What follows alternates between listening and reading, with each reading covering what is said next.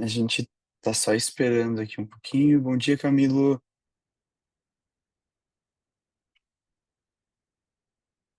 A gente espera só um pouquinho mais e pode começar devagarinho. Se a gente começar 9h15, desculpa o atraso, pessoal, mas a gente teve uns probleminhas técnicos. Mas 2 minutinhos e a gente já espera mais um pessoal entrar e, e começa logo mais.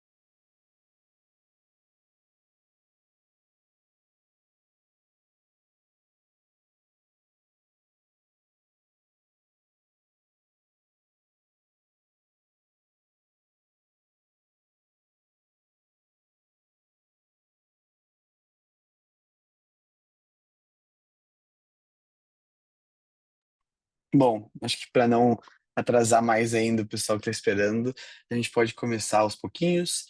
Ah, Carolina, se tiver tudo certo, já se me dá um ok, a gente já começa tranquilo. Obrigado. Então, pessoal, bom dia. Obrigado por estarem aqui. A gente vai então esperar um pouquinho o pessoal, ir esperando o pessoal entrando, mas também já começando a fazer a apresentação, as iniciais. Queria dar as boas-vindas à primeira sessão da Catalyzing Change Week em português de 2025. A gente vai ter esse ano várias organizações interessantes, várias conversas muito pertinentes acontecendo. E hoje a gente vai justamente começar com Conexões Atlânticas, Brasil, África em Diálogo, com o Anselmo Otávio, a Gabriela Costa, a Mirella Domenici e o João Malavindelli. E é um prazer ter vocês aqui, escutando, participando.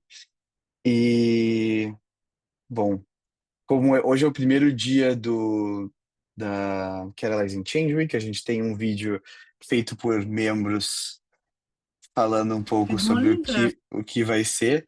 Se me derem um ok, se não tá muito alto, só ouvir o som, afternoon mas and good evening, everyone. I'm Lubna tá Dajani, bom, Chair of ok. Catalyst Now USA chapter and Managing Director of Ultimate. It is my honor to welcome you to the inaugural day of CCW 2025, a day dedicated to mental health, well-being, and the undeniable role of art in social change. Around the world, mental health challenges affect nearly 1 billion people. That's right, about 13.6% of our global family. Anxiety impacts 284 million, depression reaches 264 million. And more than 700,000 lives are lost to suicide each year. The economic cost, over $1 trillion. Still, only 9% of those diagnosed with depression receive treatment. These numbers only stand to remind us how deeply this impacts each and every one of us. But today isn't only about the challenges. Today is about how we can change the narrative. Across the globe, artists and social innovators together are building models of care that are accessible, inclusive, and are rooted in real lived experiences. Technology extends our reach and unlocks our hidden creativity. And art isn't just a reflection. It's an active force in healing and connection. Art turns stigma into understanding, and it opens safe spaces for sharing. It sparks compassion and mobilizes communities for social change. Today, you will see and hear how artists and innovators are using culture and imagination through music, storytelling, and visual arts to challenge norms, change narratives, and spark new possibilities. By caring for each other and by competing to complete each other's work to a common goal, and by embracing empathy, imagination, and creativity, we can truly reimagine the systems that are shaping our world today. I welcome you CCW 2025.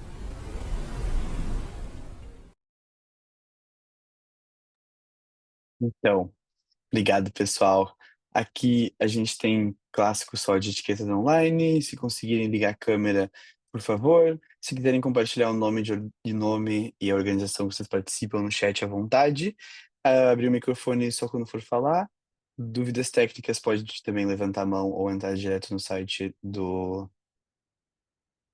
Zoom.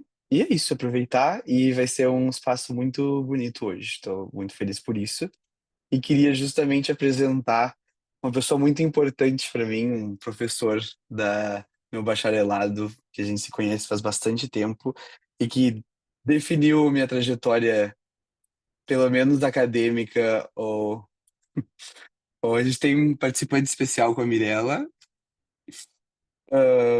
para a minha trajetória acadêmica e que acho que é uma pessoa que agrega muito nesse assunto, então passo a palavra para o Anselmo Otávio. Obrigado, Anselmo. Oi, Hugo, que fico feliz pelas palavras e, na verdade, eu queria agradecer esse momento aqui, esse evento importante, poder me dar a oportunidade de conhecer a Gabriela, conhecer a Carolina, conhecer as demais pessoas que estão aqui no Catalyst, conhecer um pouco do caminho que você trilhou e fico muito feliz aí, com certeza, está num caminho muito bom, muito bacana, né? Bom, a oportunidade de falar sobre Brasil e África, para mim, sempre é relevante, porque é um tema de pesquisa que eu venho acompanhando desde a minha graduação, lá no início de 2007, ou seja, quase 20 anos. O que é interessante de lá para cá, e aí eu vou tentar, nesses 10 minutos, não apenas falar de uma parte histórica, mas falar de uma parte mais conjuntural, ou seja, um momento mais atual, é destacar que a relação entre Brasil e África sempre foi marcada por idas e vindas, mais distanciamento do que momentos de aproximação. É muito curioso porque a gente sabe que, historicamente, o Brasil ele tem uma relação com a África que começa desde o período da colonização, ainda que há um erro muito claro em apenas restringir e fazer uma análise diminuta dessa relação entre Brasil e África, colocando a questão da escravidão.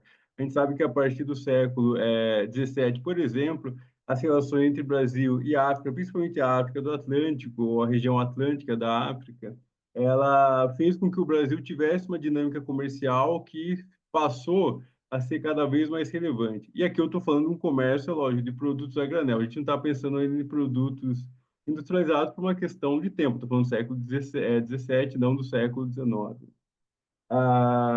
E aí, quando chega o período da independência do Brasil, o que a gente percebe é um distanciamento, né? Um distanciamento. E, novamente, né, embora alguns coloquem que esse distanciamento está muito ligado ao fim do tráfico de pessoas escravizadas, não é apenas isso, mas também há outros fatores que eu basicamente sempre coloco dois, né?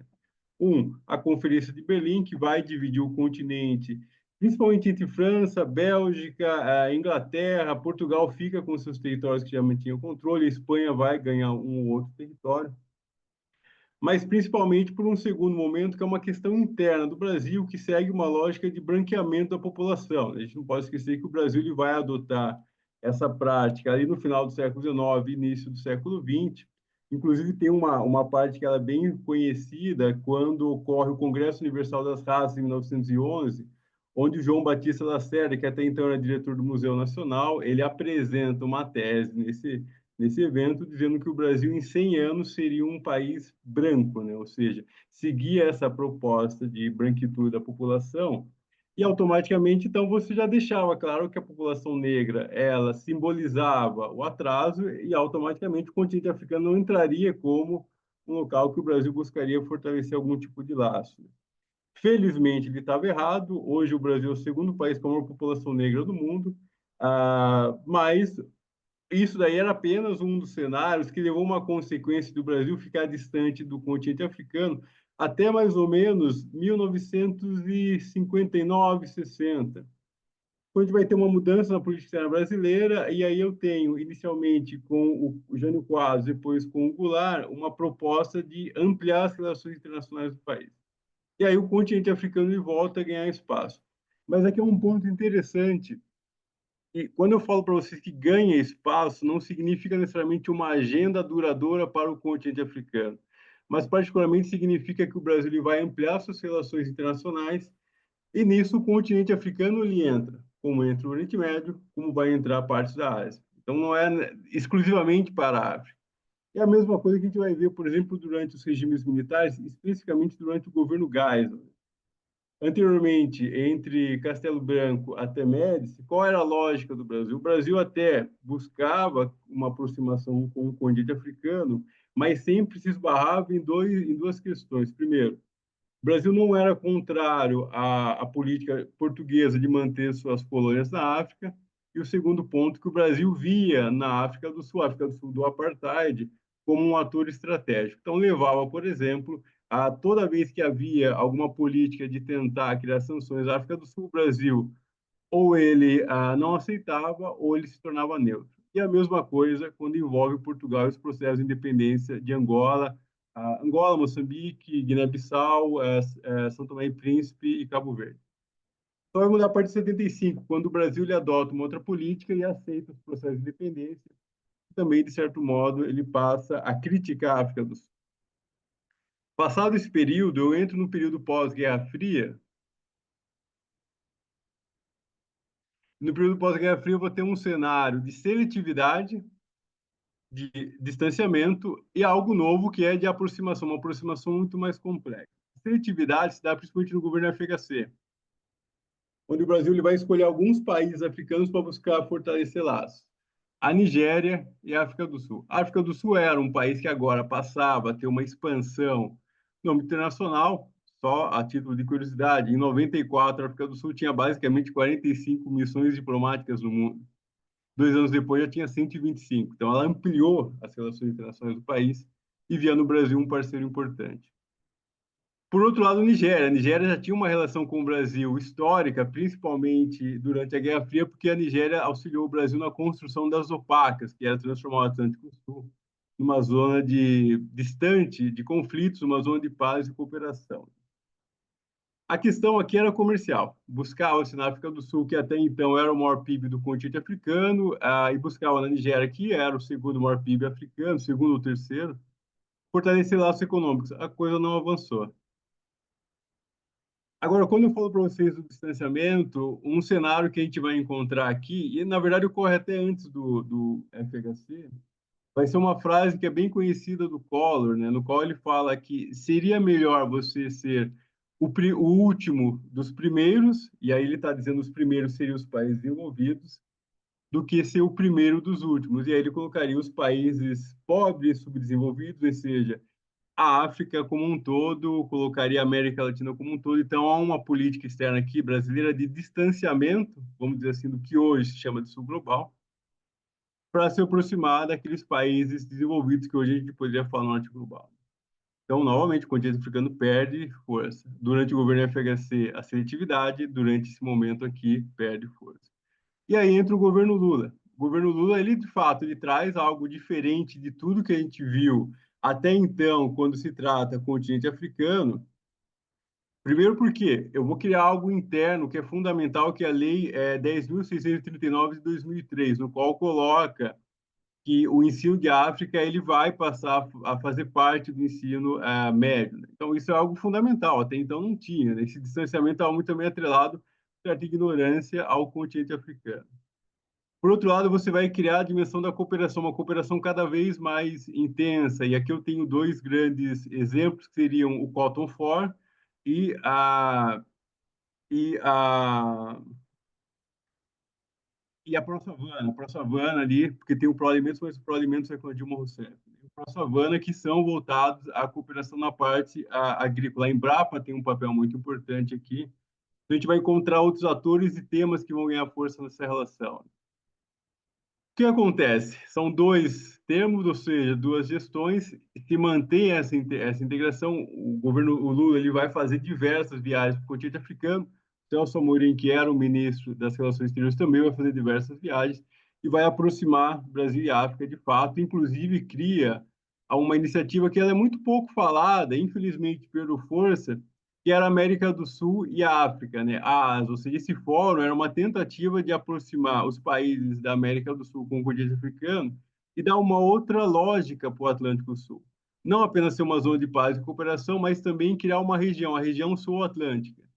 Isso que é diferente, isso que é interessante, porque A ideia de que você criar regiões ou criar uma região, ela parte do princípio que você tem que ter alguma coisa em comum, seja uma fronteira, seja algum tipo de laço. E nesse caso, o Atlântico Sul, que até então era visto como aquele que nos separava, seria aquele visto como aquele que nos une, ou seja, as dinâmicas do Atlântico Sul, seja de desafios, seja de potencialidades, levariam esses países a encontrar no Atlântico Sul aquele ponto que levaria essa grande integração. Infelizmente, foi um projeto que não ganhou força. Eu entro num cenário que também de distanciamento, inicialmente de uma paralisia durante o governo Dilma, e essa paralisia ela se dá principalmente porque você começa a perceber, por exemplo, que as questões internas ganham mais força do que a inserção internacional do Brasil, então o Brasil vai se distanciando da política externa. Durante o governo Temer, é inegável, a questão interna se torna muito mais presente do que a questão externa, e também se começa a perceber claramente uma lógica de voltar ao norte global, de se buscar essa parceria com as potências tradicionais. E no governo Bolsonaro, a gente sabe o que vai acontecer. No governo Bolsonaro, basicamente, ele vai romper com qualquer política que ligasse ao sul global. Embora tivesse, por exemplo, uma dependência econômica com relação à China, se criticava muito a China. E o continente africano ele sai de qualquer área de atuação brasileira. Inclusive, é o primeiro presidente que não vai ao continente africano, não faz uma visita ao continente africano. E agora eu tenho o retorno do governo Lula, né? E aqui o que eu acho que é interessante destacar, né? Se eu pegar para vocês de 1994 até 2024, seria um grande equívoco dizer que o continente africano não é dinâmico, não passou por transformações.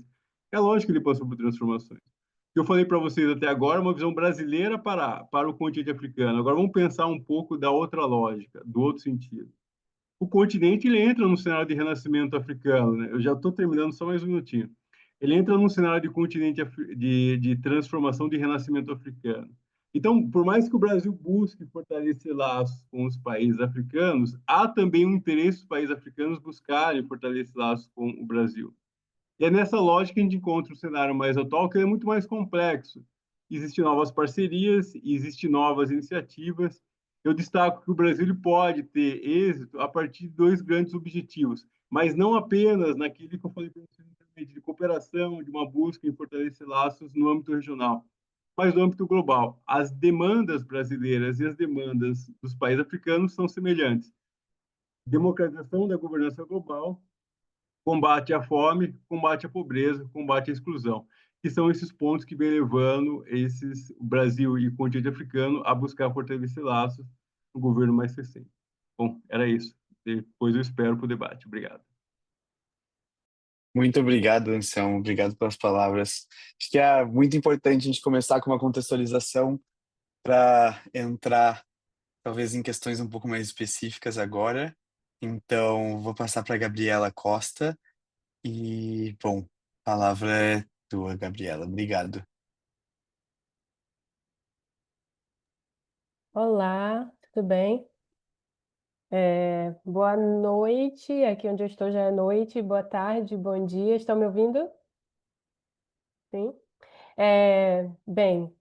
Queria agradecer o convite, estou muito honrada de estar aqui, principalmente com essa introdução maravilhosa que o Anselmo nos deu, porque é justamente sobre isso que eu quero falar, sobre como o Brasil e a África têm muito a cooperar, e não sei se o Hugo pode compartilhar minha apresentação, mas te agradecer, Hugo, agradecer a Catalyst, né, em teu nome. Muito obrigada. Eu sou Gabriela Costa, sou Social Finance Fellow da OIT, baseada em Moçambique. E eu quero começar minha fala dizendo que nem toda inovação é inclusiva, seja na África, seja no Brasil. Pode passar o slide, por favor.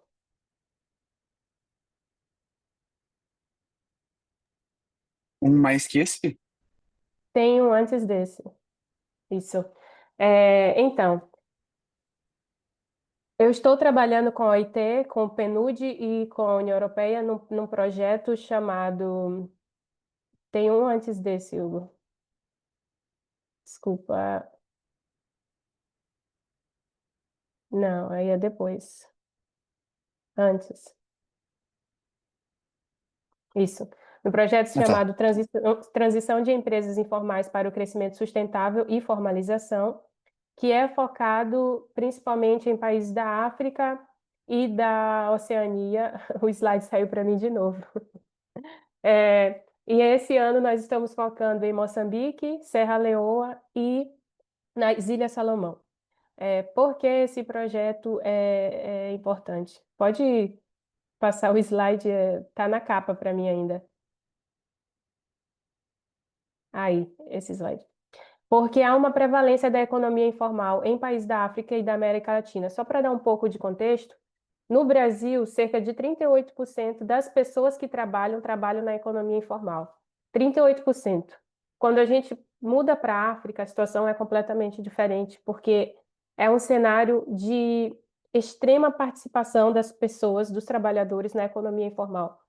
Em Moçambique, cerca de 83% das pessoas trabalham na economia informal. Se a gente quer trazer outro contexto em África, o caso de Serra Leoa, 90% das pessoas que trabalham na economia informal. E em Moçambique, especificamente, eu tenho apoiado instituições financeiras e fintechs a criarem produtos adaptados ao setor informal que promovam inovação e inclusão. Passa para mim, por favor, Hugo. No caso de Moçambique, são cerca de 13,5 milhões de pessoas trabalhando no setor informal, ou seja, cerca de 83% dos trabalhadores, e eles contribuem entre 25% a 40% do PIB nacional.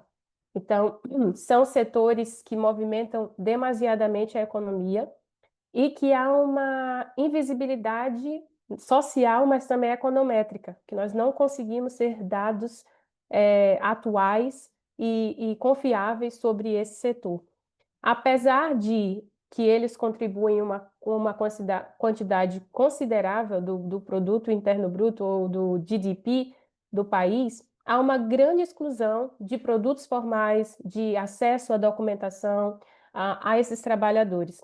Mas o governo de Moçambique esse ano lançou o ENIF, que é a Estratégia Nacional de Inclusão Financeira, e revelou que a chegada de carteira móvel no país, das carteiras móveis no país, tem transformado significativamente o setor informal. Peço para passar um slide.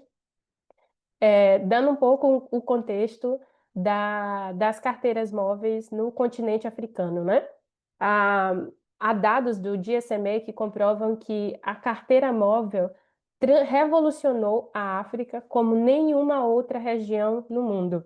No caso de Moçambique, em 2014, 3% da população usava a carteira móvel e atualmente é muito mais que 30%, porque o último dado que nós temos é do FinScope, que 30% da população em 2019 já usava a carteira móvel.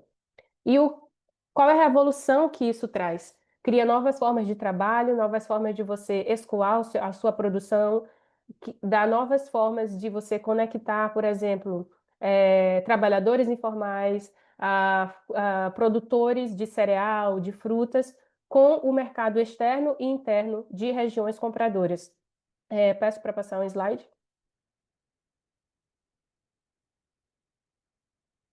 E no caso do M-Pesa, o M-Pesa é meu parceiro principal no meu trabalho. O M-Pesa é o Pix que no Brasil a gente chama de Pix, né? É um sistema de pagamento instantâneo. Mas o M-Pesa surgiu muito antes do que o Pix. O M-Pesa é a carteira móvel da África que surgiu no Quênia e que hoje já tem expansão em mais de 7 países africanos. Várias outras carteiras móveis foram sendo criadas. Hoje já conta com mais de 100 mil agentes, ou seja, 100 mil postos de trabalho informal, 100 milhões e 60 milhões de utilizadores na África toda. Em Moçambique chegou em 2013 e hoje já conta com mais de 6 milhões de clientes, 100 mil agentes. Para dar uma ideia aqui para vocês, os agentes funcionam como se fosse um agente bancário, como se fosse um ATM. Essa foto aqui que está na esquerda. E alguns ganham até mais de 4 mil reais ou 40 mil meticais por mês em uma economia que faltam postos de trabalho ou que faltam postos de trabalho que rendam uma renda considerada boa, não? E em 12 anos o M-Pesa ele passou de só ser um serviço em Moçambique de transferência, mas também se tornou como se fosse uma espécie de conta bancária, não uma conta bancária, mas através do número do seu celular você consegue fazer poupança, você consegue fazer um empréstimo e até receber formação financeira e digital. Peço para passar um slide.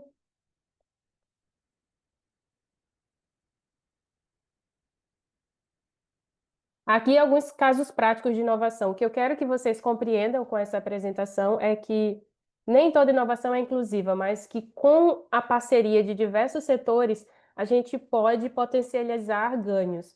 Aqui alguns casos de inovação do M-Pesa, em Moçambique, a colocação de torres de rede em zonas rurais que ainda não são conectadas, telefones acessíveis, que eles chamam de bombinha, que já vem com literacia digital para que as pessoas, principalmente de zonas rurais, tenham condições de comprar um telefone. Esse telefone custa cerca de R$ 35 ou R$ 350, e as pessoas podem pagar pouco, ou seja, conforme elas têm o dinheiro, elas vão pagando o telefone. A Fundação Vodacom também promove um Fincaton, que é jovens de Moçambique, de universidades moçambicanas, que se reúnem durante uma semana em Maputo para produzirem, para criarem soluções digitais que sejam inclusivas. E há também a utilização de um IVR, porque em Moçambique há um nível de literacia, de baixa literacia muito grande, e é interessante que esses produtos sejam acessíveis por voz e não por texto. Peço para passar mais um slide. E como que nós, como OIT, temos apoiado essas soluções? A OIT conecta pessoas que trabalham na área de desenvolvimento com esses parceiros do setor privado, porque se nós formos deixar tudo nas mãos do setor privado, eles vão pensar em lucro, lucro, lucro, lucro. O que eu tenho percebido na minha vivência em Moçambique é que, às vezes, os parceiros do setor privado querem criar um produto para trabalhadores informais, mas não conhecem o contexto dos trabalhadores informais, nunca foram a uma zona rural do país, então isso faz muita diferença. A OIT tem um foco em projetos que sejam sustentáveis, que mesmo que a OIT saia do país, aqueles projetos vão continuar existindo porque tem uma cooperativa, tem uma associação, tem um parceiro local que pode levar ele em frente. Eu queria trazer para vocês, o tempo é curto, mas um exemplo de um dos projetos que nós temos em Moçambique, que é o projeto Mostra Trabalha, que tem feito um piloto de pagamento digital de salário. Em Moçambique, infelizmente, a maior parte dos salários é pago em cash, em dinheiro, em numerário. Mas estamos fazendo esse piloto para que as pessoas recebam o seu salário através da carteira móvel, na sua comunidade. E nós fomos entrevistar as comunidades para perceber se aquele projeto está sendo positivo ou não. Basicamente, todos dizem: esse projeto é muito bom, mas temos alguns problemas. Um dos problemas que nós percebemos é que as mulheres não vão à vila levantar o dinheiro, ou seja, sacar o dinheiro. Vai algum homem da família à vila. E quando esses homens voltam, eles dizem que o valor para levantar o dinheiro foi muito acima do valor real. Ou seja, as mulheres das vilas estavam perdendo dinheiro porque alguém estava se aproveitando da falta de literacia financeira e digital delas. Então, a partir disso, nós estamos trabalhando com os parceiros do setor privado para oferecerem a formação e literacia financeira e digital para essas mulheres. Acho que é o meu último slide agora. A penúltimo. Pode passar, Hugo. E como o Brasil e Moçambique se conectam? O Pix e o M-Pesa têm trajetórias completamente diferentes, mas eles mostram que a inclusão pode ser rápida e transformadora. E, acima de tudo, que a inovação é local, porque o M-Pesa, ou as carteiras móveis, surgiram na África e o Pix surgiu no Brasil. Não foi alguém do norte global que trouxe isso para o sul global. E que a inovação, ela é acessível e escalável se nós definirmos ela, que ela seja assim. E há desafios semelhantes, nem tudo são flores. Um exemplo disso é que, nas últimas semanas, o governo federal do Brasil conduziu uma das maiores operações para combater a lavagem de dinheiro em fintechs que, inclusive, usavam o Pix para lavar dinheiro. E é uma situação que Moçambique também enfrenta, com as fintechs, com o M-Pesa, por exemplo, com as outras carteiras móveis. Como combater a lavagem de dinheiro através desses sistemas financeiros? E quando eu cheguei no escritório do M-Pesa, eu trabalho no escritório do M-Pesa alguns dias durante a semana, estava todo mundo, todos os moçambicanos falando sobre a operação que teve no Brasil. Ou seja, aqui tem claramente uma possibilidade de transferência de conhecimento entre Moçambique e Brasil em um contexto específico. Último slide, por favor. Já estou acabando, gente, prometo. Só para concluir, nem toda inovação promove inclusão, mas com uma abordagem de cooperação sul-sul, eu acredito que a gente pode fazer essa transferência entre países, para que as nossas soluções sejam mais inclusivas e que parcerias entre diferentes setores do setor, o setor privado, parceiros do setor privado, parceiros de desenvolvimento, pode potencializar os ganhos da inovação. Que os consumidores finais, eles devem ser consultados sobre as tecnologias que lhes são oferecidas, porque só assim nós vamos perceber o que realmente faz sentido, não? E que projetos sustentáveis são essenciais. Quantas vezes, tanto no Brasil, quanto em Moçambique, quanto em outros países da África, o Norte Global trouxe projetos que não eram sustentáveis e quando eles se retiraram, esses projetos morreram ou foram prejudiciais às comunidades locais. Então, é importante aqui que hajam empresas, que hajam associações, cooperativas que perpetuem esses ganhos ao longo do tempo. Essa era a minha fala, desculpa por passar um pouco do tempo. Muito obrigada. Muito obrigado, Gabriela. É muito bacana. Eu acho que isso é uma coisa que é exatamente o que a gente quer trazer, pelo menos eu com o meu trabalho por parte do Catalyst, é mostrar justamente o que tu estava conversando, que a inovação social tem que ser inclusiva e principalmente usar ideias do sul global para o sul global e dar mais foco nisso, principalmente nesses espaços de troca que a gente tem, que nem o Catalyst, que a gente preza muito mesmo por ter essa, esse foco em sul global. Então, muito obrigado mesmo, foi muito interessante. Acredito que todo mundo concorda com isso. Então, agora eu passo a palavra para Mirella. Mirella, tá aqui, vou te botar de spotlight. Olá, pessoal. Bom dia aqui. Nossa, amei aí a apresentação da Gabriela e do Anselmo. Muito bacana mesmo ouvir todas essas inovações e também o histórico, né? Eu vou falar muito de um ponto de vista muito pessoal, né? De uma pessoa que há 22 anos foi pela primeira vez para o continente africano.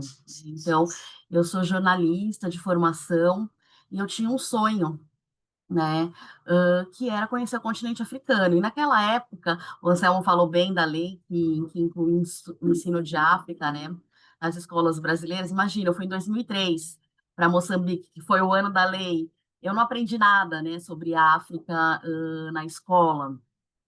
Então, o desconhecido, ele sempre me chamou a atenção, né? Tinha muita vontade, assim, de realmente conhecer o que que era aquele continente, que para mim era totalmente desconhecido, né? E a gente não tinha o Google, acho que não sei nem se existia Google na época, não me lembro, mas estava no estágio inicial se existia. Então, assim, a gente não conseguia também muita informação e tal. E daí eu estava trabalhando, né, na Folha de São Paulo como jornalista e vi um anúncio de um projeto de voluntariado, né? E daí eu fui atrás desse projeto e foi o que me levou para Moçambique em 2003, né? E lá foi muito interessante. Primeiro, assim, chegar num país totalmente desconhecido para mim, num país em que as pessoas também falavam a mesma língua e tinham muito conhecimento do Brasil perto do meu conhecimento praticamente inexistente, né, de Moçambique. E daí foi onde me acendeu o primeiro alerta, assim, pensando como que a gente no Brasil, acho que era muito assim naquela época, mas ainda hoje, né, é menos, mas ainda a gente tem falta muito conhecimento, né, da gente para os países africanos e principalmente os países de língua portuguesa. E foi aí que me acendeu esse primeiro alerta e eu comecei a dar aula, né? Comecei a trabalhava num projeto de crianças que tinham perdido os familiares por causa da AIDS, e era um projeto da gente conseguir o registro de nascimento dessas crianças, né? Então, eu ia, no, principalmente no meio rural, conversar com essas famílias e falar da importância de se ter um registro de nascimento, né? E outra coisa que me impactou muito é que a noção de tempo era muito diferente, né, da nossa. Então, muitas pessoas não lembravam o ano em que as crianças tinham nascido, o dia, o mês, e daí chutavam, né? Então, assim, a gente falava, cara, mas quanto mais ou menos, né? E daí os registros eram feitos muito assim, nesse mais ou menos é do ano tal, do dia tal, do mês tal. E daí a gente começou a fazer esses registros. E, em paralelo, eu comecei a trabalhar num orfanato, era o voluntário do voluntariado. Eu comecei a fazer um outro voluntariado num orfanato e comecei a trazer para essas crianças muito dessa relação, né? Brasil e África e Moçambique. E daí eu aprendi muito, as crianças também, que a gente foi reconstruindo um pouco, né, a história em comum entre os dois países. Isso foi muito, muito interessante. Nessas, eu estava em Moçambique e voltei aqui para o Brasil para passar, acho que umas 2 semanas por aí, e fui na Conectas, que é uma ONG brasileira, né, de direitos humanos, e eu conheci o José Patrocínio, um angolano que estava fazendo um intercâmbio nessa ONG. Naquela época, a Conectas fazia muitos intercâmbios, a gente está aqui com o João Malavindelli, que também fez um desses intercâmbios, aí acho que vai poder contar para a gente. Mas eu conheci o Zeto e contei para ele da minha vontade de começar a trabalhar com vídeo participativo na África, né? Na África lusófona. E daí a gente começou a desenhar um projeto que a gente levou para Angola 3 anos depois. Então, em 2006, foi a primeira vez que eu fui para Angola, um projeto em que a gente desenhou juntos, né? Eu com com o meu negócio social, que chamava Minibus Media, que chama, né? Ele existe ainda, eu não estou no dia a dia, mas chama Minibus Media. Tem esse nome muito porque a gente escolheu esse nome para refletir o que era o principal meio de transporte automotivo no continente africano, mas porque a gente queria dar a ideia de que pela minibus, né, nosso negócio social, o nosso propósito era enxergar a vida por meio do ponto de vista de onde as pessoas locais enxergavam, né, que é do minibus passando quando as pessoas estão num transporte automotivo. E daí a gente pegou e começou a construir esse projeto. E acho que o mais interessante assim desse projeto era um projeto de treinar jovens para começar a produzir informação, né? Então, a Angola estava há 4 anos depois do Acordo de Paz, né? Então, o país estava se reconstruindo depois de uma guerra civil, né, que deixou várias pessoas mortas e deixou muitas sequelas aí para o país, a gente foi para Angola. E acho que o grande ponto assim interessante foi que esse projeto foi um projeto que transformou a minha vida e transformou a vida de quem estava nesse projeto, né? E acho que uma das coisas bem interessantes foi porque ele foi construído a várias mãos, né? Então, com a gente pensando a partir do Brasil, o Cris alemão, com a perspectiva dele, e o Zeto em Angola. A gente começou a construir. Quando a gente chegou, né, em Angola, a gente foi falar sobre registro eleitoral, sobre redemocratização, né? Então era um assunto muito recente assim para o país. E a gente anunciou na rádio que existia esse projeto. E acho que muito assim pela própria perspectiva do Zeto, que era uma pessoa super visionária, né? E que também estava muito aberta a trazer outras perspectivas e a incluir jovens, né? Nessa reconstrução do país, na redemocratização, no debate sobre direitos humanos. A gente anunciou na rádio, vieram mais de 300 pessoas, a gente acabou selecionando 16 pessoas para participarem de um intensivão aí, que foram quase 3 semanas discutindo o que era democracia, num país que não estava acostumado a discutir isso, né? E, além de tudo, a partir da mídia, né? Então, como que era você... Hoje, o que a gente fala tanto aí de mídias sociais, imagina isso, há 20 e poucos anos, há 19 anos, a gente falando, mas usando o vídeo participativo como a nossa grande ferramenta. E a gente começou a pensar, cara, a gente está aqui, vamos inovar, né? Então, a gente começou a levar esses jovens, que eram bem jovens, tinha dos 16 aos 25 anos, para a TV angolana, e ninguém entendia nada, porque era uma coisa tão, assim, inovadora para a época, né? Então, a gente levou os jovens a visitarem a TV angolana. A gente conseguiu fazer uma simulação de coletiva de imprensa dentro da comissão eleitoral. E as pessoas lá aceitavam a gente a fazer esse tipo de coisa, porque não tinha parâmetros, assim, né? Ninguém tinha... Era muito uma coisa totalmente diferente de tudo que já tinha se passado. E isso eu acho que foi super importante para mim, enquanto pessoa, né? Por acreditar que um projeto bem feito e construído sobre várias perspectivas, ele é possível. A gente tinha conseguido um recurso também, isso acho que é bem interessante falar, com a Embaixada da Holanda em Angola. Então, assim, e depois o projeto rodou outras coisas, e sempre foram países do norte europeu que apostaram nesse projeto. Eu nunca consegui nenhum recurso do Brasil para o projeto. Mesmo a gente estando, na época, no governo Lula, que estava, né, como o Anselmo falou, estava totalmente aberto, né, para fortalecer os laços entre Brasil e continente africano. Oi, legal, filha, eu estou aqui, bacana. E então a gente fez esse projeto. E o que que aconteceu? Acho que fruto desse projeto também, o João, que eu chamo de Secre, é estranho até falar João aqui, mas ele vai poder contar um pouco, porque acho que transformou a vida dele, transformou o que que é a instituição Omunga, né? Porque a gente conseguiu formar jovens ativistas em direitos humanos que não tinham medo, né? E entendiam a importância de você produzir informação, né?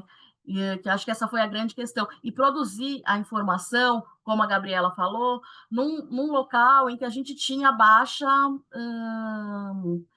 muito alto, né, o analfabetismo. Então, a gente produzia informação em vídeo, falado e com imagens. Esses vídeos, eles viraram DVDs que foram distribuídos para várias organizações em Angola fazer atividades de ativismo, de educação, né, para a cidadania, para o registro eleitoral na época, depois a gente fez para as eleições legislativas e assim por diante, né? Mas, resumidamente, eu vi que meu tempo acabou, a mensagem que eu queria deixar é essa, né? Acho que projetos longevos, eles devem ser construídos por várias pessoas, tendo várias perspectivas. O projeto impactou a vida de muita gente, a minha vida também, né? Eu nunca mais fui a mesma depois desse projeto. E acho que uma outra coisa, assim, como mensagem, é como que a gente consegue, com projetos assim, construir vínculos, né, com as pessoas envolvidas. Então, um exemplo disso é que há 19 anos eu mantenho um vínculo com a Omunga, que é a instituição que foi a nossa parceira nesse projeto. Hoje a gente tem um novo projeto, a gente está captando um recurso para construir a primeira inteligência artificial para a defesa de direitos humanos em Angola. Então, assim, ao longo dos anos, as inovações que foram acontecendo, a gente sempre pensando junto, trocando, e isso fortalecendo mutuamente todo mundo. Era essa a minha mensagem aqui para vocês. Obrigado, Mirella. Eu e Mirella, a gente sempre trabalha junto, sempre está conversando nos chats do Cátares, mas é muito bonito de ouvir toda a tua trajetória, toda a história da tua relação entre Brasil e África. Então, muito obrigado mesmo. E agora, que nem tu falou, acho que vai ser um prazer ouvir do João um pouco da experiência dele sobre essa trajetória em comum que vocês têm. Então, passo a palavra para ti, João. Muito obrigado.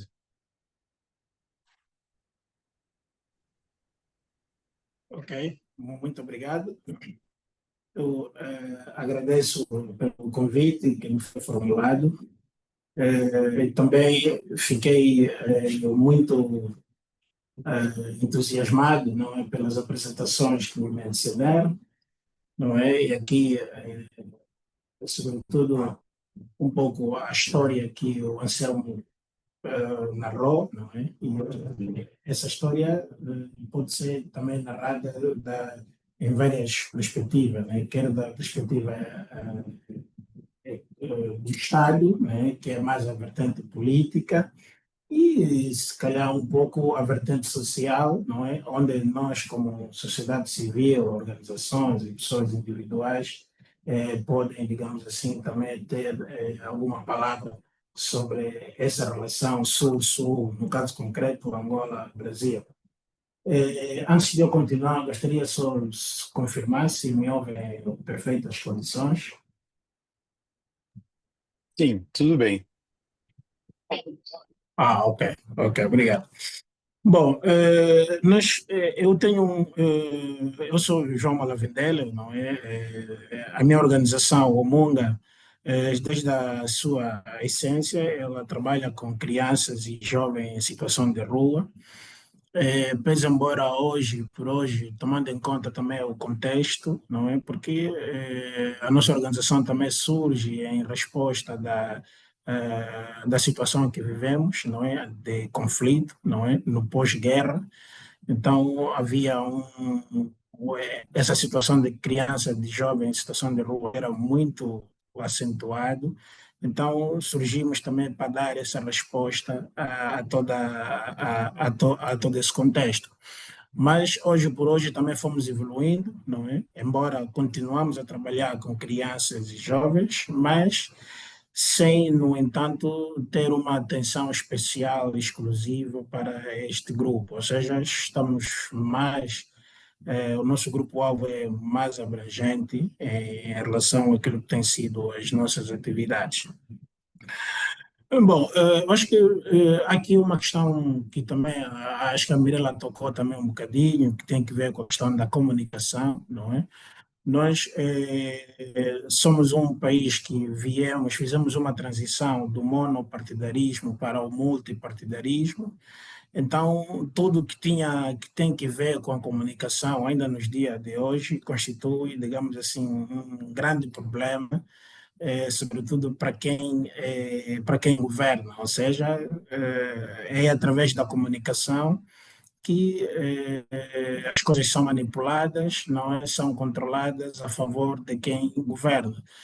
Então, de 2004, ou seja, após o término da guerra, nossa relação com o Brasil, como já foi dito também aqui, é histórica, né? Até porque o Brasil foi um dos primeiros países que reconheceu a Angola como um Estado independente.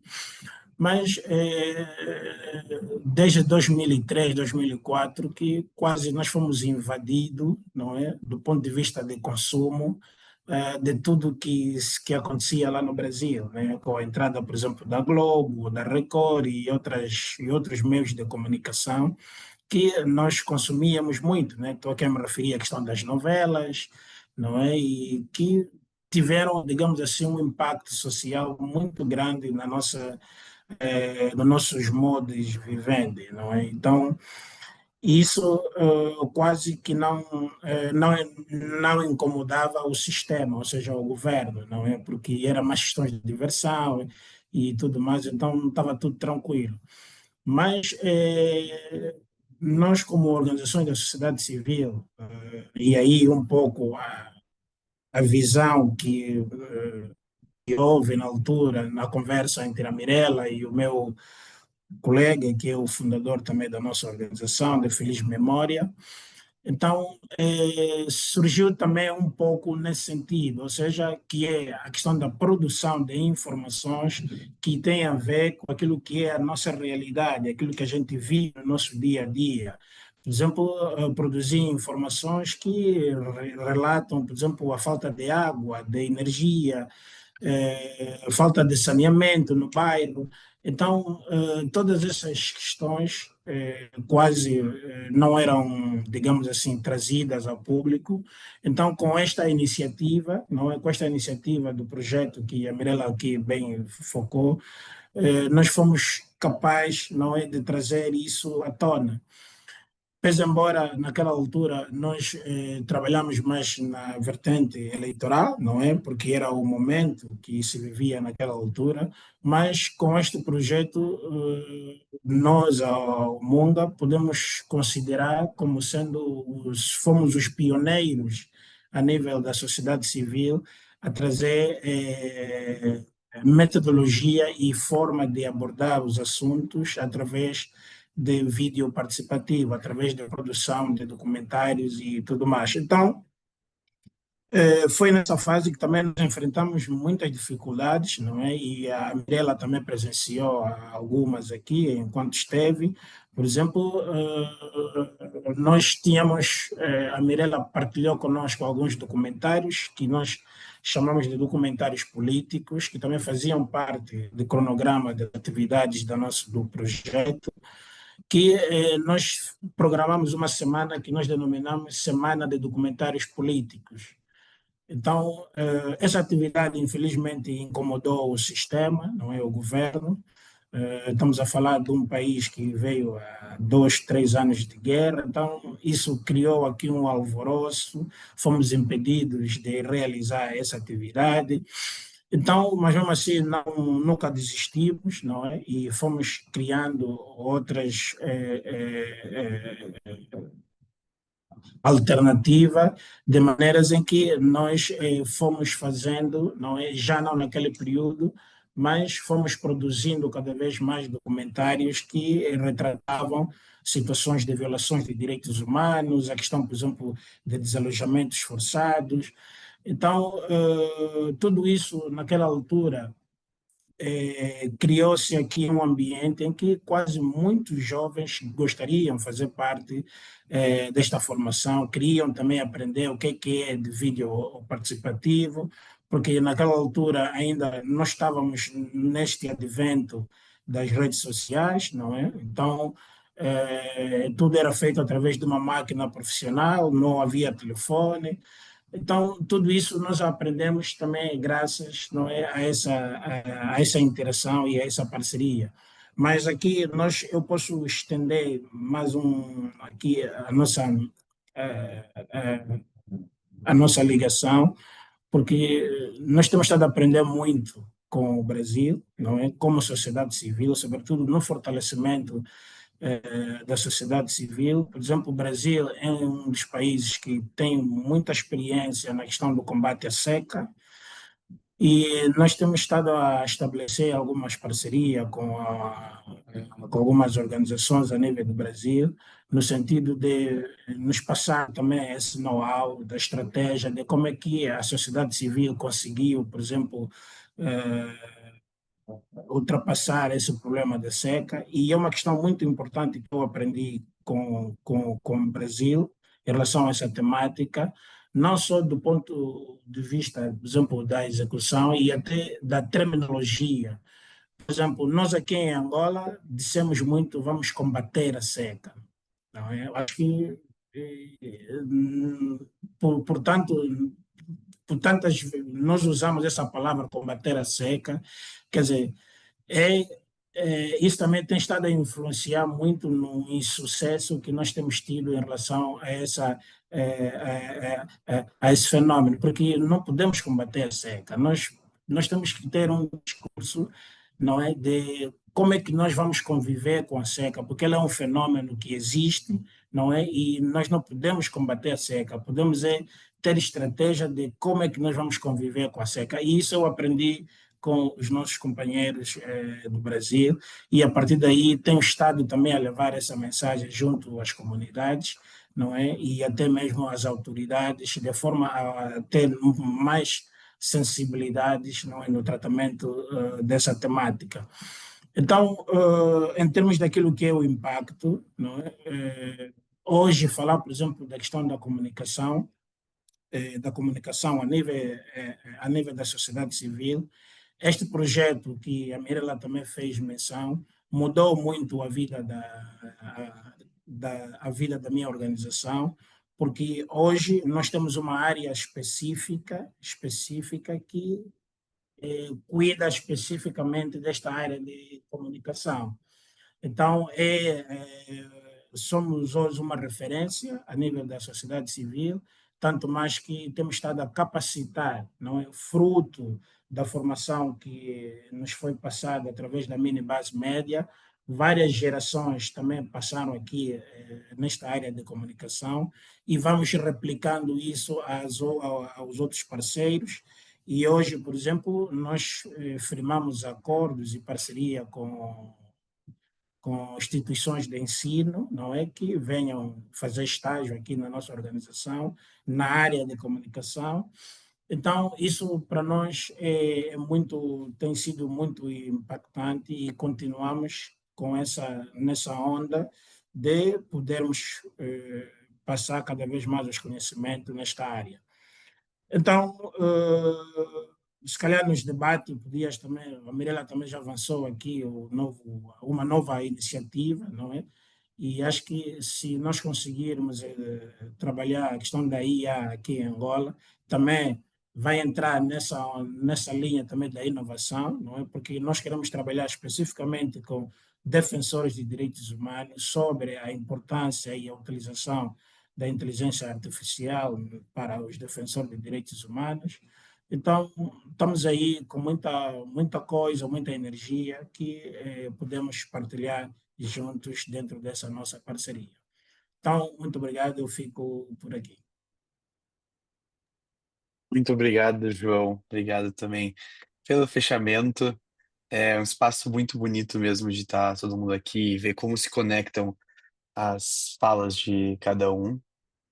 Então, agora a gente pode, inclusive, proceder para um espaço de troca, um espaço de perguntas. Se alguém da, da audiência gostaria também de trazer alguma pergunta, eu vou botar o pessoal em spotlight para a gente conversar todo mundo junto. Mas antes também queria agradecer todos os speakers, ao Anselmo, a Gabriela, a Mirela, o João, por terem aceitado, por estarem aqui nessa primeira sessão da Catalyzing Change Week.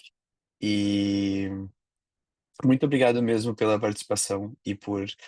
Acho que é muito bonito mesmo para todo mundo aqui ouvir sobre como o Brasil e a África estão conectados, sobre como tem essa relação um pouco que foi mudando altos e baixos ao longo do tempo, mas que, de certa forma, a gente segue sempre conectado e é o que a gente está tentando trazer dentro do Catalyst, principalmente com o mundo lusófono. É um prazer também de ver que a gente tem membros do Brasil, de Angola, de Moçambique aqui. A gente tem a Manase, a nossa co-chair de Angola, participando, e muito bonito mesmo. Muito obrigado. Então, abro para perguntas e a gente vai também debatendo. Acredito, talvez, que se os speakers também tiverem perguntas um para o outro, a gente pode ir conversando assim. Obrigadão.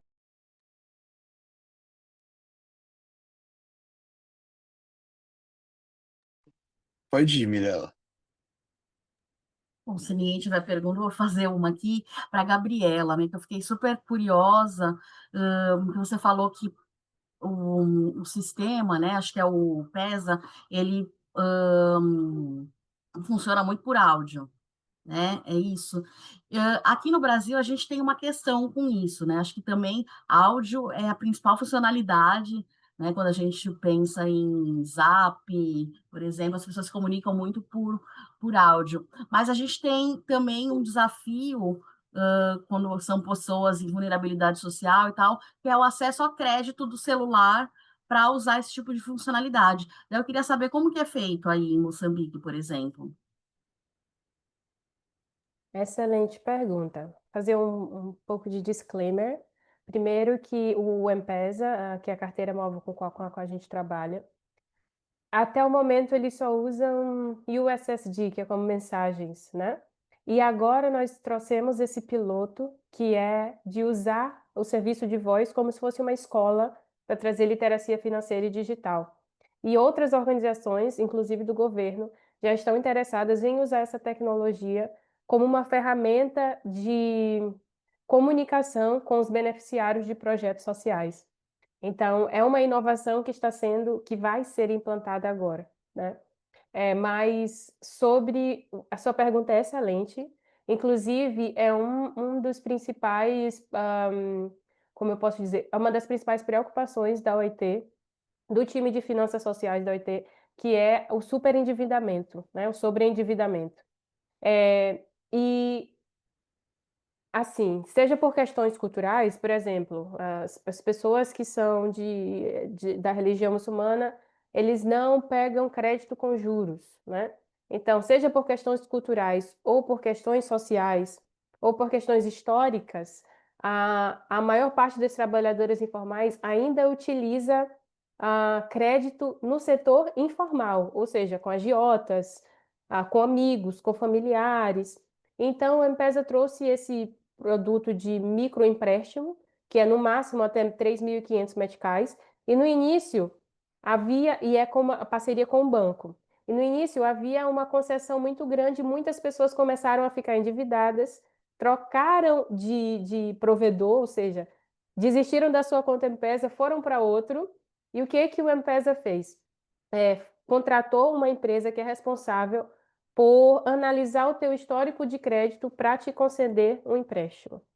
Então, é como se fosse uma inteligência artificial que já calcula quais pessoas podem ter, qual o valor que você pode ter, e esse crédito vai aumentando até no máximo R$ 350 ou 3.500 meticais, conforme você vai conseguindo pagar. Ou seja, se você é inadimplente, você já não consegue mais. É uma das minhas reclamações, e eu acho que o sistema é tão bom que eu movimento muito dinheiro na minha conta M-Pesa, porque é assim que eu pago tudo em Moçambique, mas eu não tinha direito a esse microempréstimo até outro dia, e quando eu ativei, eu só tinha direito a R$ 150, ou 1.500 meticais. Então, é um sistema que realmente, eles por si só estão criando formas de evitar o sobreendividamento, mas eu não vou te dizer que é uma coisa que não existe. Existe, e nós vamos, inclusive, conduzir uma RCT, uma Randomized Controlled Trial, uma pesquisa para ver como que o grau de informação sobre o produto modifica a forma que as pessoas usam esse produto e diminuem os níveis de sobreendividamento. E essa pesquisa vai acontecer no próximo ano. Então, não sei se eu respondi a tua pergunta, mas... Muito bacana, obrigado. Ah, passar, acho que é o Anselmo e depois do João. Isso? Perfeito. Eu também tenho uma pergunta para a Gabriela. Gabriela, você falou uma frase que ela ficou em toda a apresentação na minha cabeça, que é a ideia de nem toda inovação é inclusiva, né? E, de fato, quando a gente faz uma análise macro, como eu fiz, da ideia que, ó, a aproximação que se teve fortaleceu laços, mas nunca se analisa as consequências, se de fato incluiu ou não incluiu, se deu certo ou não, né? E dentro da sua experiência que você vê, essa é uma primeira questão, depois eu vou ter uma segunda questão, né? O que que você acha que falta, o que representa o desafio de a gente conseguir ver que essas iniciativas, elas de fato aconteceram, se tornaram efetivas e mudou ou criou algum cenário positivo? E aí, dentro do que você já viu aí também, nessa relação, por exemplo, Brasil e África. E um outro dado que você trouxe para mim no início, e eu achei bem alarmante, é a questão do setor informal, né? A gente sabe que está num cenário, que é a questão do trabalho. Não é um desafio africano, é um desafio mundial, né? A gente vem um cenário de desindustrialização na maioria dos países, e entra num cenário também marcado pela questão que avança agora da chamada Revolução 4.0, que ela vai trazer tanto o aumento do desemprego em alguns lados, como também, eu acredito que é o dado mais chocante, que seria aquele não empregável, ou seja, não teria aquelas qualificações esperadas para conseguir ter acesso ao trabalho. Dentro do que você viu, como a gente pode pensar, ou como que o continente africano, nesse caso específico Moçambique, ele vem buscando encontrar soluções para tais desafios? Seriam essas questões. Obrigado. A primeira, não sei se eu entendi muito bem, se você puder repetir. Perfeito. Porque a frase que você falou eu acho fundamental. Nem toda inovação ela é inclusiva, né? E, de fato, quando a gente pensa num cenário, por exemplo, eu estou trazendo para a cooperação, né? Você trabalhou com inovação. Né? Ela não vai conseguir abranger toda a população. Tem parte que, infelizmente, fica marginalizada. E, nesse sentido, qual tipo de solução ou qual meio que você acha que poderia incluir mais pessoas, né? embora as inovações elas são por si só têm um caráter excludente. Compreendi. Sem querer ser nerd, mas explicando um conceito que foi primeiro utilizado numa conferência da ONU na década de 90, que se chama Digital Divide, ou exclusão digital. E essa exclusão digital é o que separa nós, que temos acesso a uma chamada de Zoom para trabalho, de outras pessoas que não usam. E tem 3 níveis de exclusão digital. O primeiro é o acesso. Tem pessoas que não têm nem acesso. É o principal, né? É o primeiro, a porta de entrada. O segundo é o uso. Tem gente que tem acesso, mas não usa. E o terceiro seria habilidades. Tem pessoas que têm acesso a uma chamada, um Zoom, ao computador, usam, mas não sabem utilizar esse Zoom para trazer benefício a si próprio, ou para um emprego, ou para algo assim. E o que pode assim, naturalmente tem pessoas que vão ser excluídas e vão querer se excluir.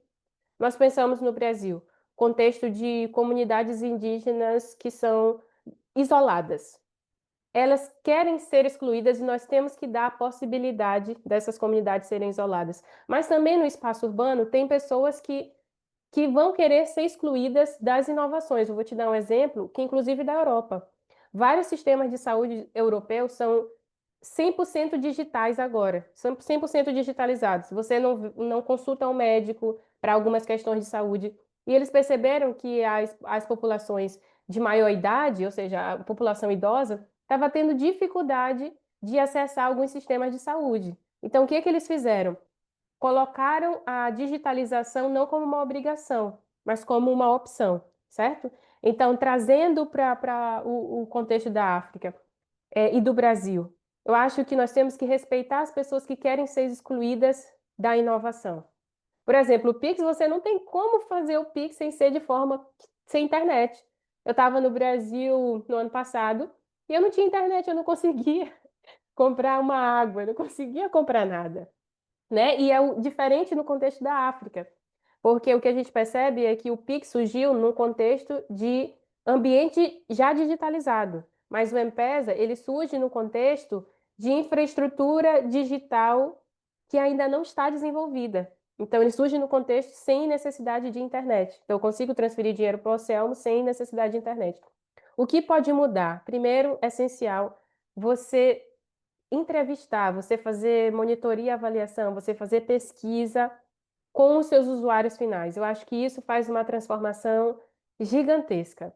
Uma coisa muito importante no contexto africano, no contexto moçambicano, você conversar com as pessoas na língua delas. Quando a gente vai para os ambientes rurais, a única língua oficial de Moçambique é português. Mas eu não vivo um dia em Moçambique sem ouvir outra língua que não seja português. Quando nós vamos para o norte, para o centro do país fazer pesquisa, nós sempre temos tradutores com a gente. E às vezes eu percebo que o setor privado não investe nisso, em ouvir as pessoas na língua delas. Inclusive o M-Pesa já é algo que eu trouxe para eles, porque a utilização desse IVR da voz é justamente para combater isso, para que as pessoas sejam ouvidas na língua delas, porque no texto só existem 4 línguas disponíveis e o país tem mais de 10, né? Então, as pessoas escolherem qual línguas elas querem ser ouvidas. Então, aqui é uma.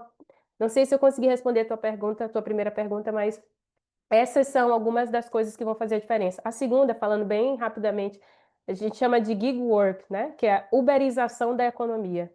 E isso não é um problema só do sul global. Não lembro qual é o país do norte global que fez um estudo sobre como que uma renda universal básica poderia solucionar o problema da uberização da economia. Hoje, talvez aqui todos nós temos. Eu era servidora pública no Brasil, mas o meu pai atualmente é Uber e servidor público. Então eu penso assim, ok, o meu pai vai se aposentar, pelo menos ele tem o dinheiro ali da aposentadoria dele, mas vai continuar fazendo esse Uber, mas não tem nenhum vínculo. Se chega uma pandemia, as pessoas não são pagas por isso, elas não podem trabalhar. Mas o que pode mudar? Eu acho que fortalecer os sistemas de seguridade social. E na África ainda é muito frágil, muito iniciante.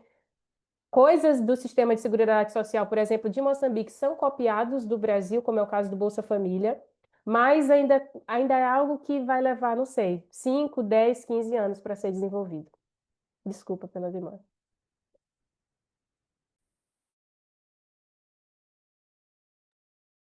Hum, Incrível, obrigado pela clarificação, Gabriela, para todo mundo também. Anselmo, não sei se a gente, por você, se quiserem passar um pouquinho, a gente passa, se não, passa a palavra já para o João, mas a gente pode seguir fazendo perguntas. João, contigo. Ou o Pode ser Anselmo quer comigo. responder? É? Ah, não, Tá, não, só beleza. dentro, só um último ponto dentro do que a Gabriela falou. Quem tiver essa curiosidade de entender também da exclusão do Norte Global, assista um filme Eu, Daniel Blake. Vai ficar claro a lógica dessa exclusão, por mais que a gente fale. No caso, se fala sobre a Inglaterra, né? O quanto que a população idosa tem dificuldade a serviços que passaram a ser por um processo de digitalização, mas as pessoas não querem ensinar como um idoso deve lidar com isso. É só isso. Obrigado. Foi muito bom as respostas, Gabriel. Obrigado, Anselmo. João, contigo. Ok, muito obrigado mais uma vez. Bom, eu, na verdade, tenho aqui algumas curiosidades, não é? Não vou me dirigir diretamente, né, aos colegas, mas é uma reflexão que também fica aqui no ar. Por exemplo, no Brasil, não é? Que sabemos, existe o chamado Bolsa Família, não é? E a Gabriela falou uma coisa, digamos assim, semelhante ao Bolsa Família em Moçambique. E nós também aqui em Angola temos também algo semelhante ao Bolsa Família. Então, eu, se calhar, a minha curiosidade é um pouco tentar perceber a semelhança e, se calhar, porque eu sinto que há muita dificuldade aqui em Angola, não é? Relativamente a este projeto que nós aqui em Angola chamamos o Quenda, que é a atribuição de recursos financeiros a famílias, não é?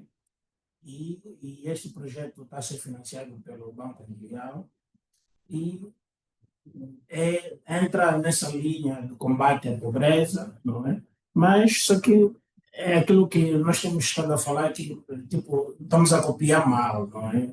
São algumas iniciativas que muitas das vezes são copiadas do Brasil, mas aqui muitas das vezes não tem estado a responder àquilo que são as necessidades das nossas comunidades. Então, era só isso que eu gostaria também de aqui partilhar.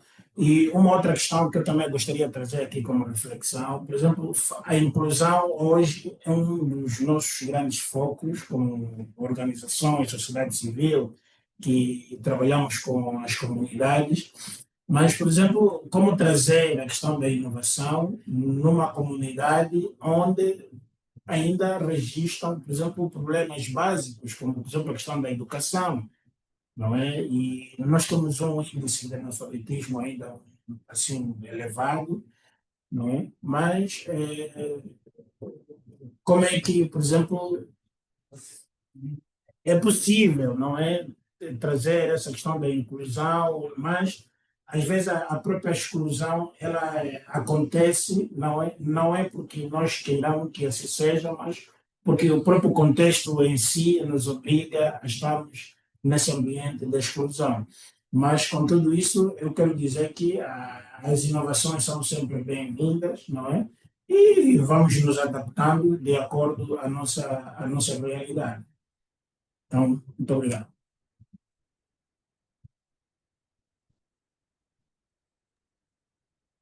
Muito obrigado, João. Se algum dos speakers gostaria de responder, ou outro quer acrescentar alguma coisa, ou alguém da audiência também. Eu Por acho que favor, eu já falei Gabriela, pode demais. ir. Acho que eu já falei demais, mas eu queria falar algo sobre a primeira questão que ele mencionou, porque no meu trabalho anterior eu trabalhei com o Bolsa Família de Moçambique, né? E eu concordo com muitas coisas que o João falou. Primeiro, eu não acho que Moçambique e Angola tenham a mesma capacidade de implementação de um programa como o Bolsa Família que o Brasil tem. Primeiro, a municipalização no Brasil é muito forte. E a distribuição de agências bancárias, pelo fato de o Brasil ter bancos públicos, é o que faz a diferença no Bolsa Família. Porque pode entrar qualquer governo que for. A municipalização, como é que eu posso colocar isso de forma mais clara? O Bolsa Família não é algo de um governo, não é do governo Lula, não é do governo Bolsonaro, é do Brasil, né? E isso difere um pouco dos países da África. No caso de Moçambique, por exemplo, o nível de pessoas abaixo da linha da pobreza é muito grande. Então, teria que ser um projeto muito abrangente que os governos ainda não têm capacidade financeira de deixar implementar por meses e meses a fim.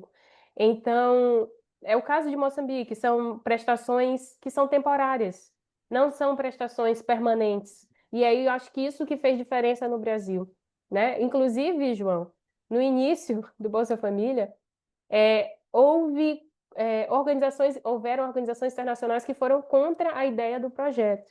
E depois que elas perceberam que era um sucesso, elas quiseram levar para outros países, inclusive países africanos, né? E já está se eu não me engano, eram 33 países no sul global que copiaram o modelo do Bolsa Família, mas a capacidade que Angola e Moçambique têm não é a mesma que o Brasil tinha, né, naquela época.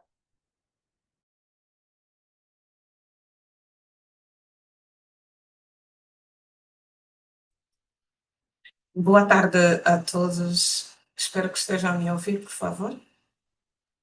Sim, tudo bem. Gostaria de dar aqui uma contribuição relativamente ao que o companheiro João falou e a Gabriela também complementou relativamente à diferença entre o Bolsa Família e o programa Quenda que está a ser implementado em Angola. Uma nota que tem que ver com os programas, independentemente delas terem um paradigma de compilagem, não é? Elas são adaptadas também em função do contexto socioeconômico e sociopolítico. Ora bem, o Brasil tem uma forma de implementar, que a Gabriela já falou e não vou ser aqui repetitiva, porém o programa Quenda, ela também se encaixa dentro de um plano estratégico que é o PDN, não é? E depois enquadra-se também num programa político governamental do partido no poder. Mas, no entanto, nós, em função do estudo social que se fez, o Quenda não usa os bancos municipalizados conta da inexistência das bancas em algumas zonas rurais de Angola. E o Quenda penetra mesmo em zonas que não têm cobertura da bancarização oficial, nacional e privada, não é?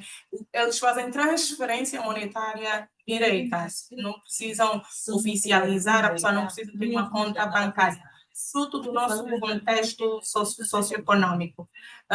Mas, no entanto, no seu todo, não se pode provar. Eu sou educadora social e também viajei por todas as províncias de Angola. Nós vivemos, sim, numa posição de extrema pobreza.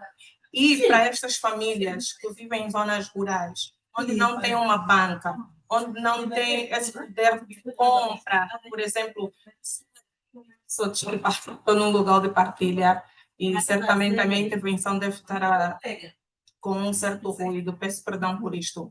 Estava eu a dizer aqui, o que o programa Quenda tenta fazer é uma adaptação em função da realidade das zonas rurais. Tem coisas que devem ser melhoradas no seu todo, sim, mas eu gosto de olhar para a questão positiva do programa quando olha para as pessoas de baixa renda, no sentido de elas terem acesso a valores monetários e comprarem os bens, embora também deve-se atrelar aqui outros serviços complementares.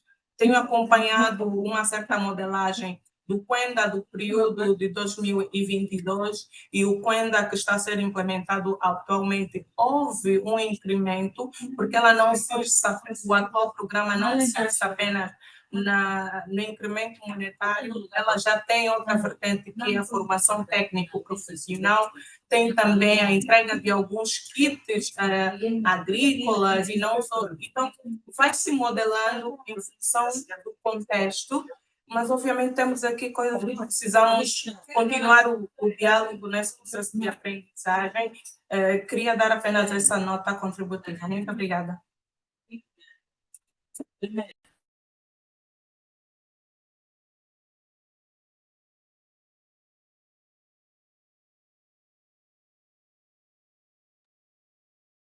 Muito obrigado, Manásia. É muito interessante mesmo conseguir ouvir por todo mundo a diferença. Eu, na verdade, não sabia que tinha, como a Gabriela compartilhou, já 33 países com o modelo do Bolsa Família.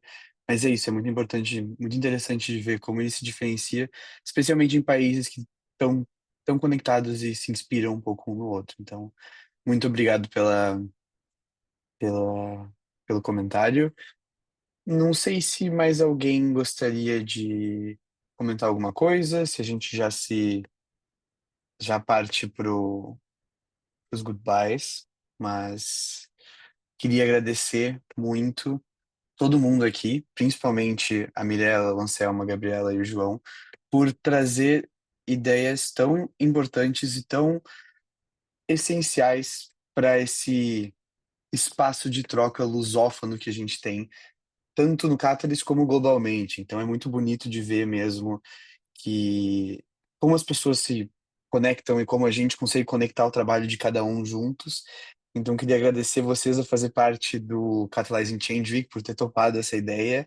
A gente sabe que, bom, não são 100 pessoas de audiência, mas quantidade não é qualidade. Acho que a gente teve uma troca muito bonita, é muito interessante, é muito bom de ver como a gente consegue seguir conectando e seguir criando essas coisas juntos e esses espaços de troca e daqui a pouco um pede para o outro ideias e como funcionar isso e o AI na África e toda a questão monetária. Então, é muito bonito mesmo trazer esse espaço de troca lusófono, esse espaço de troca muito, muita noção. Acho que a gente consegue fechar com a frase da Gabriela de que nem toda inovação é inclusiva e que é importante a gente trabalhar para uma inovação social inclusiva. Então, muito obrigado, pessoal. Obrigado por fazerem parte do Catalyzing Change Week. A gente vai ter várias sessões ainda essa semana. A Mirella vai ter várias sessões do Catalyzing Change Week. Então, se quiserem compartilhar também, abrir convite. Sei que a Manásia botou ali no chat também que a gente vai ter o lançamento do capítulo de Angola. Fica o convite para todo mundo na quarta-feira. Vai ser também um espaço de troca bem bonito sobre como está funcionando a inovação social em Angola. E, Mirella, não sei se tu quiser abrir o convite, à vontade. Sim, amanhã às 4 da tarde, eu vou estar, horário de Brasília, eu vou estar fazendo uma oficina sobre como criar uma IA assistiva. Então, uma coisa bem prática, assim, quem tiver interesse, olha lá no site, no LinkedIn, no Catalyst, que tem as informações. E na sexta, né, agora eu nem lembro que horário que é, acho que é às 9 do Brasil, de Brasília, a gente também vai estar com Acho uma que é. outra coisa de inteligência artificial às 9, né? Obrigado. Então, acho que é isso, pessoal. Anásia, quer fazer o convite também? À vontade. Sim, eu quero fazer convite a todos vocês para se inscreverem na sessão de quarta-feira do lançamento do capítulo de Angola e ficarem a par das grandes oportunidades e iniciativa do nosso capítulo, que ainda é um bebê no Catalyst Now. Um convite direito ao João Malavindele, é angolano, junta-te a nós, vem fazer parte do capítulo de Angola e vamos expandir para as 21 províncias de Angola. Você que está noutros capítulos também pode fazer parte, ser nosso parceiro estratégico. Temos muita vontade de poder aprender e partilhar os conhecimentos com todos vocês. Muito obrigada. Moçambique também lança um convite para amanhã às 15 horas. Não é? Nós vamos apresentar algo especial sobre energia e o clima. Por favor, esteja conosco.